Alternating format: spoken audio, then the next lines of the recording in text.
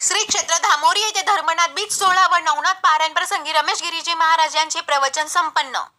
कोपरगाव तालुक्यातील धामोरी येथे श्री माणिकेश्वर अडबंगीनाथ यांच्या कृपा आशीर्वादाने व साधू संतांच्या उपस्थितीत धर्मनाथ बीज व नवनाथ पारायण सोहळ्याचे आयोजन करण्यात आले आहे। परमपूज्य सद्गुरू रमेश गिरीजी महाराज, परमपूज्य सद्गुरू राम गिरीजी महाराज मठाधिपती सरला बेट ब्रह्मलीन, परमपूज्य संत श्री दत्तगिरीजी महाराज वैजापूर, परमपूज्य महामंडलेश्वर 1008, संत श्री मदन महाराज ठाणे, साध्वी शारदानंदगिरी पोहेगाव, संत श्री दत्त आनंदगिरी महाराज, संत श्री परम राम प्रभू महाराज अंजनापूर, परमपूज्य संत श्री विकास गिरीजी महाराज मायगाव देवी, परमपूज्य संत श्री ज्ञानानंद गिरीजी महाराज वैजापूर, परमपूज्य संत श्री चंद्रशेखरनाथ महाराज अधिष्ठान धामोरी यांच्या प्रमुख उपस्थितीमध्ये धर्मनाथ बीज व नवनाथ पारायण सोहळा सुरू झाला असून 23 जानेवारी 2025 ते शुक्रवार दिनांक 31 जानेवारी 2025 रोजी दररोज नवनाथ ग्रंथाचे पारायण होईल। बुधवार दिनांक 29 जानेवारी 2025 रोजी दुपारी 4 ते 5 या वेळेत शनी अभिषेक ॲडव्होकेट राजेंद्र बदामे शनी भक्त यांच्या शुभ हस्ते संपन्न होईल। 30 जानेवारी 2025 रोजी दुपारी 5 ते 6 या काळात संत श्री दत्तगिरीजी महाराज यांचे प्रवचन होईल। शुक्रवार दिनांक 31 जानेवारी 2025 रोजी सकाळी 7:30 वाजता नवनाथ ग्रंथ पूजन चंद्रशेखरनाथ महाराज यांच्या हस्ते संपन्न होऊन सकाळी 8 ते 9 वाजेपर्यंत भिक्षा फेरी, नवनाथ पालखी मिरवणूक, कलश पूजन होणार आहे। 31 जानेवारी सकाळी 10 वाजता परमपूज्य हबप शिवाजी महाराज मालूरकर यांचे धर्मनाथ बीज निमित्त कीर्तन होईल। दिनांक 25 जानेवारी रोजी श्री संत जनार्दन स्वामी महाराज आश्रमाचे मठाधिपती रमेश गिरीजी महाराज यांचे प्रवचन संपन्न झाले आहे।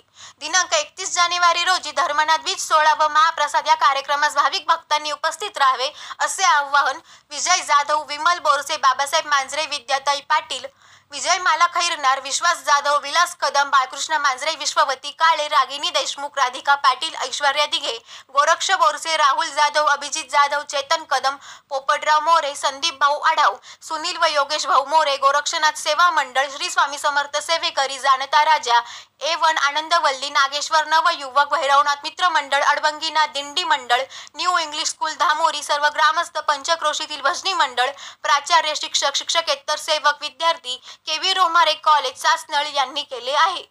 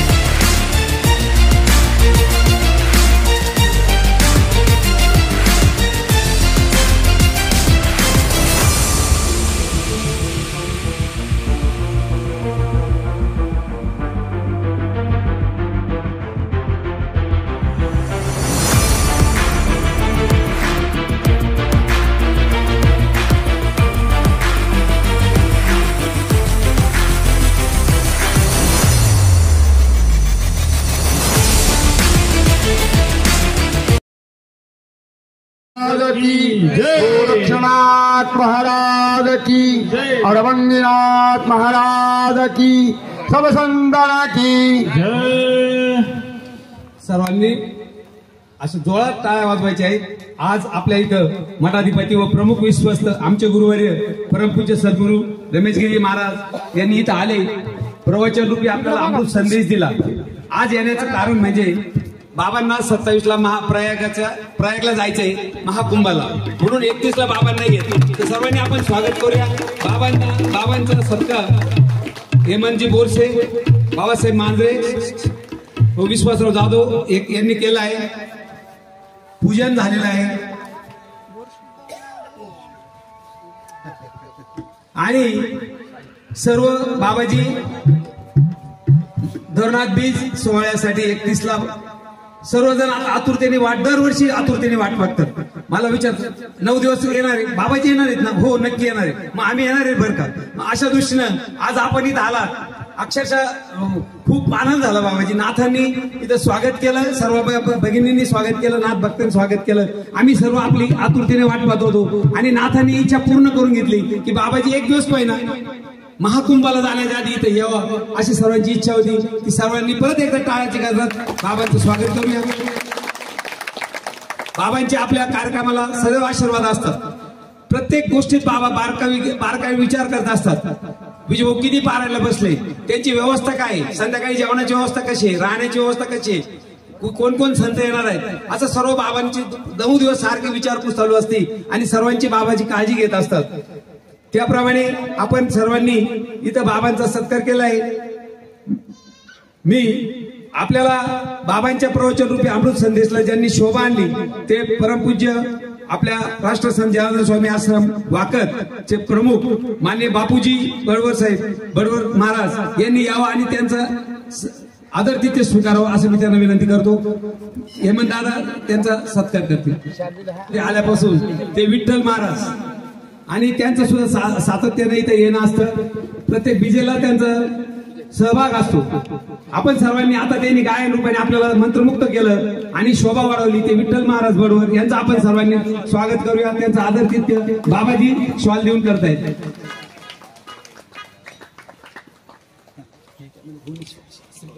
श्वाल श्रीफळ देत आहेत. आपल्या बरोबर बाबाजींबरोबर आलेले जीवनजी गायकवाड, अनिल शिंदे व मंगेश भाऊ यांना विनंती करतो की त्यांनी आपला आदर तिथे स्वीकारायचा आहे स्थानाच्या वतीने.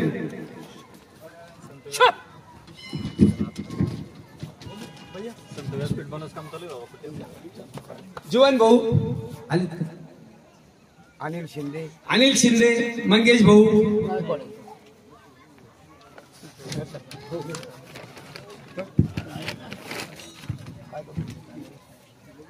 निखिल भाऊ बडवर यांचा बी परिचय. बाबाजी हे यांचा प्रत्येक बीजेला असं योगदान असतं. पूर्ण नवनाथांच्या मूर्ती इथं जेवढे मंदिर हे सर्व ते त्यांच्या स्वखर्चाने रगवत असतात. प्रत्येक वर्षी 16 ते 8,000 रुपये ते स्वतःहून खर्च करतात. निखिल भाऊ यावेळी सुद्धा महाप्रसादामध्ये त्यांनी भाग घेतलेला आहे. बाबांच्या हस्ते श्रीफळ. जीवन भाऊ गायकवाड,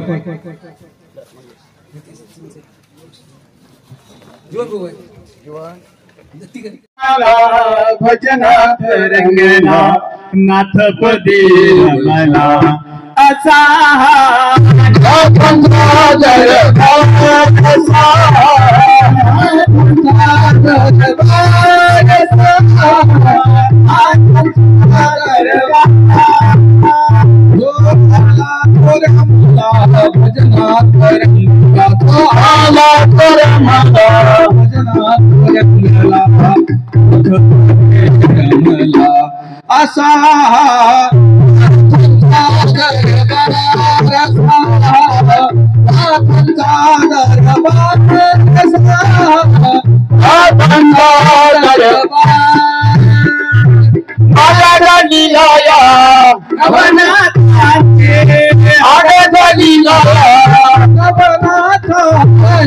शिवशक्ती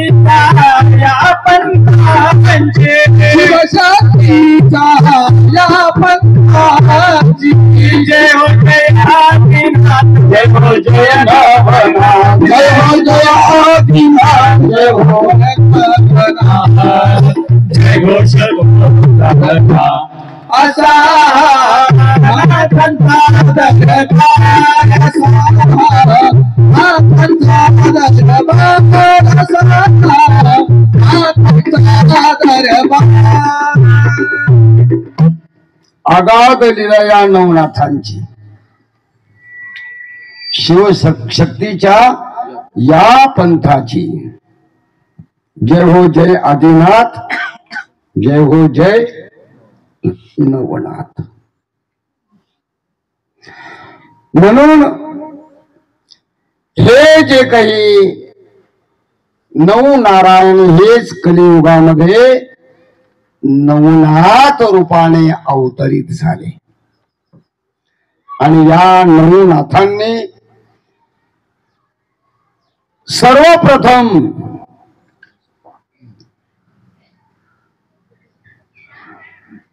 अनुग्रहित झाले. सर्वप्रथम अनुग्रहित झाले, अनुग्रह घेतला. नंतर त्यांनी तपश्चर्या केली. ती बहुतांश तपश्चर्या हिमालयात बद्रिका आश्रमात बद्रिका वनात केली. आणि नंतर नाथांनी भारताच्या देशभरामध्ये बाहेरच्याही देशामध्ये तीर्थयात्रा केला, भ्रमण केलं. यापैकी गोरक्षनाथ या भूमीत आले होते. हेच गोरक्षनाथ एका कालखंडात कालावधीत मच्छिंद्रनाथ नेपाळला गेले होते, काठमांडू त्या परिसरामध्ये. काठमांडू माहिती पत्रकार. आणि त्या तिकडे गेल्या नंतर मच्छिंद्रनाथ नंतर काही दिवसांनी गोरक्षनाथ आपल्या गुरुच्या भेटीला तपास करीत करीत चालले. गोरखपूरला च्या परिसरामध्ये संत संमेलन होतं. या नाथांनी तीर्थयात्रा केल्या. संत संमेलन होतं आणि त्या संत संमेलनामध्ये बरीचशी अशी काही मंडळी बसलेली होती. त्यात गोरक्षनाथ बसलेले होते. जसे या ठिकाणी संत श्री चंद्रशेखरनाथ या ठिकाणी बसलेले आहे. पण त्यांच्या आजूबाजूला कार्यक्रम संपल्यानंतर विचारलं, महाराज तुम्ही कुठून आले? त्यांनी सांगितलं मी, मला वाटतं त्यावेळेस भारत ही सगळा मोठा, तोही काठमांडू हा सगळा परिसर तसा एकच होता असेल. सांगितलं मी इकडनं आलो. कुठले काय तुमचे गुरु काय असे विचारण्याची परंपरा आहे. त्यांनी सांगितलं मी माझे गुरु मच्छिंद्रनाथ आहे. मग मच्छिंद्रनाथ म्हणल्यानंतर ते 7-8 लोक म्हणे, हो मग आमचे गुरु आहे मच्छिंद्रनाथ. आणि म्हणते कुठं आहे? म्हणजे ते पुढे काठमांडू नेपाळच्या त्या परिसरामध्ये. मग त्या 10-12 लोकांनी मग 5-50-100 त्या मच्छिंद्रनाथाच्या अनुग्रहित झालेले शिष्यमंडळ त्यांनी एक समाशा मांडली गोरक्षनाथाकडे. महाराज म्हणे आता तुम्ही मच्छिंद्रनाथाच्या अनुग्रहित आणि आम्ही ग्रस्ती जरी असलो तरी आम्ही अनुग्रहित, आपण आता गुरुबंधू झालो आहोत. परंतु आमची एक विनंती आहे. येथील एक नेपाळचा राजा महेंद्र नावाचा राजा आम्हाला खूप त्रास देतोय. आम्हाला ह्या सकाळी करू देत नाही पूजा पाठ आणि त्रास देतो. आणि त्या राजाला गोरक्षनाथाने समज दिली की तू ह्या जे मच्छिंद्रनाथाचे अनुयायी आहे त्यांना तू कशाला त्रास देतो. एकदा सांगितलं, दोनदा सांगितलं, तिसरून पुन्हा तक्रार आली. गोरक्षनाथ उत्तर प्रदेश मध्ये गोरखपूरला काही दिवस थांबले. म्हणून त्या गावाचं नाव गोरखपूर. गोरक्षनाथ काही कालावधीत तिथं थांबले म्हणून गोरखपूर त्या गावाचं नाव आज त्या ठिकाणी. आणि त्या परिसरात मंदिरात आदित्यनाथ योगी हे त्या ठिकाणी राहतात. तिथला ते सर्व पाहून त्या उत्तर प्रदेशची सर्व धुरा सांभाळतात. नोहे कुंभमेळ्याचं केवढं मोठं प्रयोजन आयोजन नियोजन आहे. कुंभमेळा आला कुठून? हा अनादी कालापासून आला. या कुंभमेळ्याचं वैशिष्ट्य काय? तर ज्यावेळेस समुद्र मंथन झालं, समुद्र मंथन झाल्यावर 14 रत्न निघाले, त्यापैकी एक अमृताचा कलश निघाला. आणि तो अमृताचा कलश ज्या वेळेस ते समुद्र मंथन देव आणि दैत्यांनी केलं, आणि त्यातून ते बाकी 14 रत्न ते निघले, त्यात ते अमृत कुंभ निघाला. आणि तो अमृत कुंभ निघाल्यानंतर मग सगळे जागी झाले. फायदा असला का? सगळे जागी होतात. नुकसान असली का माग सरकतात. हा एक चराचर सृष्टीचा नियम आहे. वा, तुला माहिती वाटत मंगेश बैस काय? आणि तो कुंभ, अमृताचा कुंभ, ते अमृत घेतल्यानंतर, कारण त्यावेळेस ते अमृताचं वैशिष्ट्य आहे, अमृत ज्याने घेतलं ते अमर होतात. राक्षसाला अमर व्हायचं होतं. आणि एक तो इंद्राचा मुलगा जयंत, आणि तेव्हा अमृत मग खुणाखुणी झाली आणि तो अमृत कुंभ निघाला, तो पळाला तर त्याच्या मागे हे राक्षस लागले. त्यांच्या लक्षात आलं हा अमृत कुंभ, आता हे देवांनी जरी अमृत घेतलं, हे देव आपल्याला भारी पडतील, लढाईत युद्धात हे देव लोक आपल्याला भारी पडतील, म्हणून ते राक्षस त्याच्याकडून हिसकण्याकरता, तो कुंभ घेण्याकरता त्याच्या मागे लागले. आणि तो कालावधी, आणि तो आकाश मार्गे फिरत असताना त्याच्या मागे राक्षस लागले. किती दिवस? हा जी झटपट 12 दिवस चालली. म्हणून 12 दिवस तर 12 वर्षाचा कालावधी मानवाचा, 12 दिवस देवतांचे. म्हणून हा 12 वर्षाचा कालावधी. आणि हा 12 वर्षाचा कालावधी कुंभमेळ्याचा तेव्हापासून चालला. आणि तो पळत असताना तो इंद्राचा मुलगा जैन, त्याच्या मागे लागलेले ते राक्षस, त्या धावपळीमध्ये, झटपटीमध्ये काही अमृताचे थेंब आणि ते पडले. त्र्यंबकेश्वर नाशिक या परिसरात पडले. म्हणून तिथं 12 वर्षांनी कुंभमेळा भरतो. हरिद्वार या ठिकाणी काही अमृताच्या त्या घटामधून, त्या कुंभामधून, तिथं काही अमृताचे थेंब, म्हणून हरिद्वारला कुंभमेळा भरतो. आणि काही थेंब अमृताचे प्रयागराज या ठिकाणी पडले. तिथंही आता चालू असलेला कुंभमेळा. आणि काही थेंब उज्जैन, महाकालेश्वर या ठिकाणी पडले. म्हणून तिथं 12 वर्षांनी कुंभमेळा, अर्धा 6 वर्षांनी अर्धा कुंभही येतो. प्रयागराज या ठिकाणी सुद्धा अर्धा कुंभ येतो असा. आणि बाकीच्या 4 ठिकाणी त्र्यंबकेश्वर, नाशिक, हरिद्वार आणि या 4ही ठिकाणी 12-12 वर्षांनी कुंभमेळा भरतो. कुंभ म्हणजे तो घट, त्याच्यातून सांडलेलं पडलेले ते अमृताचे थेंब, अशा त्या ठिकाणी कुंभमेळा भरतो. तर कुंभमेळ्याचे 4 ठिकाण आहेत. त्यापैकी 2 ठिकाण आहे महादेवाच्या त्या प्रांगणामध्ये, परिसरामध्ये कुंभमेळा भरतो. एक त्र्यंबकेश्वर, 3 देवांचं वास्तव्य म्हणून त्र्यंबक, 3 देव, आणि तिथं कुंभमेळा भरतो. नाशिक त्र्यंबक.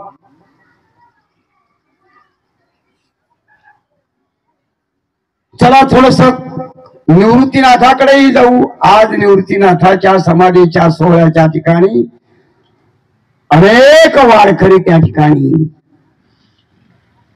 गेलेले आहे. कालच पोहोचलेल्या ह्या सर्वांचं दर्शन झालं असेल. असे ते निवृत्तीनाथ. मग हे निवृत्तीनाथ भगवान महादेवाने घेतलेला अवतार आहे. सदाशिवाचा अवतार, सदाशिवाचा सदाशिवाचा अवतार सदाशिवाचा अवतार स्वामी निवृत्तीदातार स्वामी निवृत्तीदातार सदाशिवाचा अवतार सदाशिवाचा अवतार सदाशिवाने भगवान शंकराने अवतार घेतला निवृत्तीनाथाचा. भगवान महाविष्णूने अवतार घेतला ज्ञानेश्वराचा. ब्रह्मदेवाने अवतार घेतला सोपान देवाचा. जगन्माता पार्वती काय झालं? बोल हरी बोल हरी हरी हरी बोल केशव माधव गोविंद बोल हरी हरी बोल हरी हरी हरी बोल हरी हरी बोल केशव माधव गोविंद बोल हरी बोल हरी हरी हरी बोल केशव माधव गोविंद बोल हरी बोल हरी हरी हरी बोल हरी हरी बोल केशव माधव गोविंद बोल केशव माधव गोविंद बोल केशव माधव गोविंद बोल केशव माधव गोविंद बोल केशव माधव गोविंद बोल बोल हरी हरी हरी बोल केशव माधव गोविंद बोल हरि बोल हरि हरि हरि बोल हरि हरि बोल केशव माधव गोविंद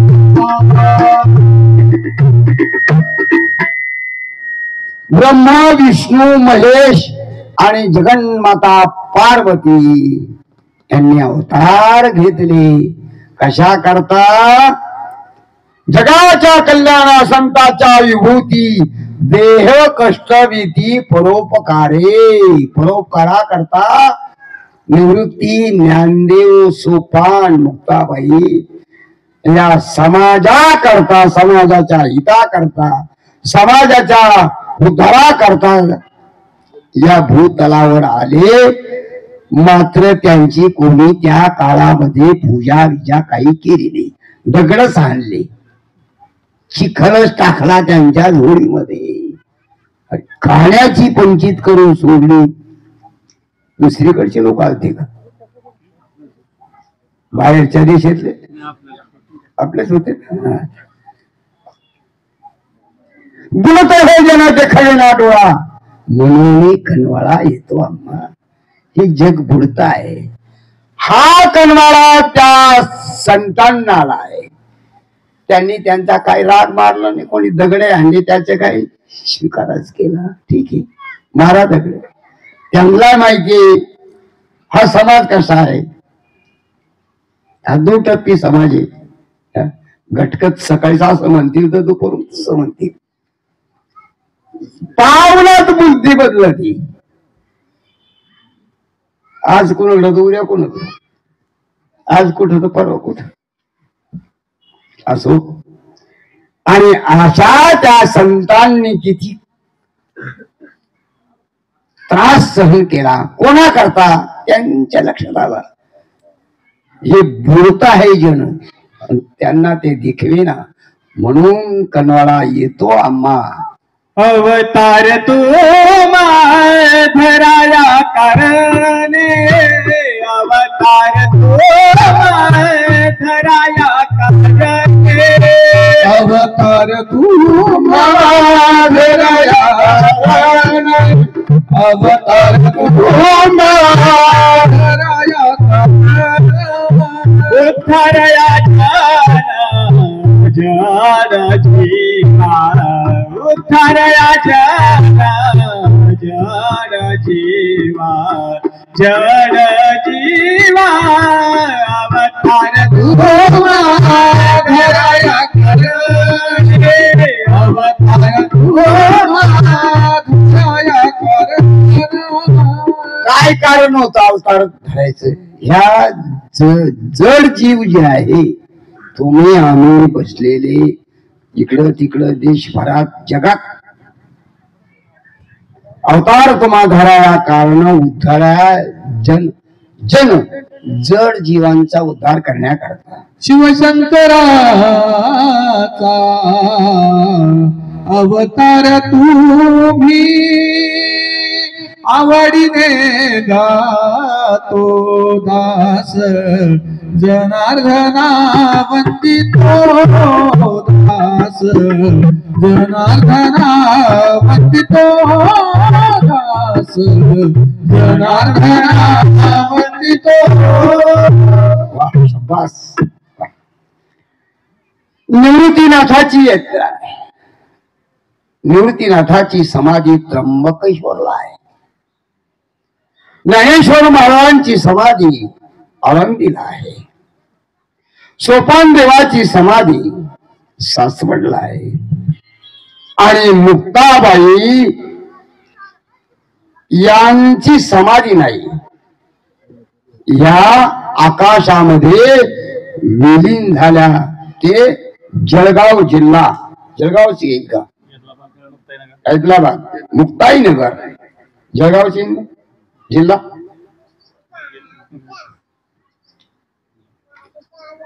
तिथं मुक्ताबाईने जशी आकाशामध्ये वीज कडकडती आणि ती थोड्याच वेळेस नाहीशी होती, अशाच प्रकारचा आपला अवतार कार्य. आणि वीज कडकडली आणि आकाशामध्ये त्या विलीन झाल्या. काहीही राहिलं नाही, काही दिसलंय नाही, काही समजलं नाही. आणि त्यांचं ते स्थान आहे हैदराबाद मुक्ताईनगर, थोडक्यात जळगाव जिल्ह्याचे ना, हा, तापी नदीच्या किनाऱ्यावर त्यांचं स्थान आहे. भव्य दिव्य असं त्या ठिकाणी ते अस्तित्व आहे. चला, सांगण्याचं तात्पर्य, निवृत्तीनाथाची समाधी त्र्यंबकेश्वरला आहे. हेच निवृत्तीनाथ ज्ञानेश्वर महाराज लहानपणची छोटीशी कथा आहे. सोपान मुक्ताबाई आणि त्यांच्या आई वडील विठ्ठल पंत आणि रुक्मिणी ब्रह्मगिरीची परिक्रमा करीत होते. आजही परंपरा त्यांच्यापासून सुरू झालेली आहे. ब्रह्मगिरीची भावे जाला प्रदक्षिणा खडे हो तैते काया कष्टे जवळ चरणे खडे हो विशेष विशेष अवघे त्यांचे धडे हो केवळ दोष रूपे का त्यांच्या पाया पडे हो. जय जय ब्रह्मगिरीचा नाथा गंगा धरा हो विश्वमा. जगाच्या कल्याणात संतांच्या विभूती. आणि म्हणाले, अरे शेतकरी बाबा, मी आत्ताच जेवण केल्यानंतर मी तृप्त झालो, मला प्रसन्न वाटलं. प्रसादे प्रसन्नता, भोजन केल्यानंतर प्रसन्न वाटतं. तू आता माझ्याकडून काहीतरी मागून घे. आता ह्या माणिक नावाच्या शेतकऱ्याच्या मुलाने जी उत्तरं दिली ती सगळी आडबंग उत्तर दिली. म्हणे, बाबा तुम्हीच मागून खात्या आणि तुम्ही आम्हाला काय देणार? अनेक प्रश्न उत्तर झाले. ते की नवनाथ ग्रंथाच्या काही त्या 32-33 अध्यायामध्ये आहे ते प्रसंग. अनेक मग गोरक्षनाथाच्या लक्षात आला, अरे हा जरा मुलगा अडाणी आहे, आडबंग आहे. मग याचं कल्याण करायचं, हित करायचं. नाथाच्या घरची उलटी खून आहे. याला आता सोयीचं सांगणं, याला सोयीचं सांगायला जर गेलं, ब्रह्मदेव जरी 8-15 दिवस मुक्कामी थांबला याच्याकडे, याला काही फरक पडणार. मग आता आपण उलट करू. आता आपणच उलट चालू, उलट बोलू. नाथाच्या घरची उलटी जखून पाण्याला मोठी लागली तहान, आत घागर बाहेर पाणी. सांगा आमचे कोडे लांडग्यासाठी शेळी रडे, ते बरंच आहे. हा, शिंगी मेली मुंगी काय झाली असो, गोरखनाथाच्या लक्षात आला. आणि शेवटी एक महत्वाचा पॉइंट, संतुष्ट सतत योगी यतात्मा दृढ निश्चय मया अर्पित मनोरबुद्धी यो मदभक्त समप्रिया. मग गोरखनाथांनी आयड्याने त्याचं मन आणि बुद्धी काढून घेतली. म्हणे मन बुद्धी दे, म्हणे घेऊन टाका. आणि म्हणून तर त्याच्याकडं मन राहिलं नाही, बुद्धी राहिली नाही.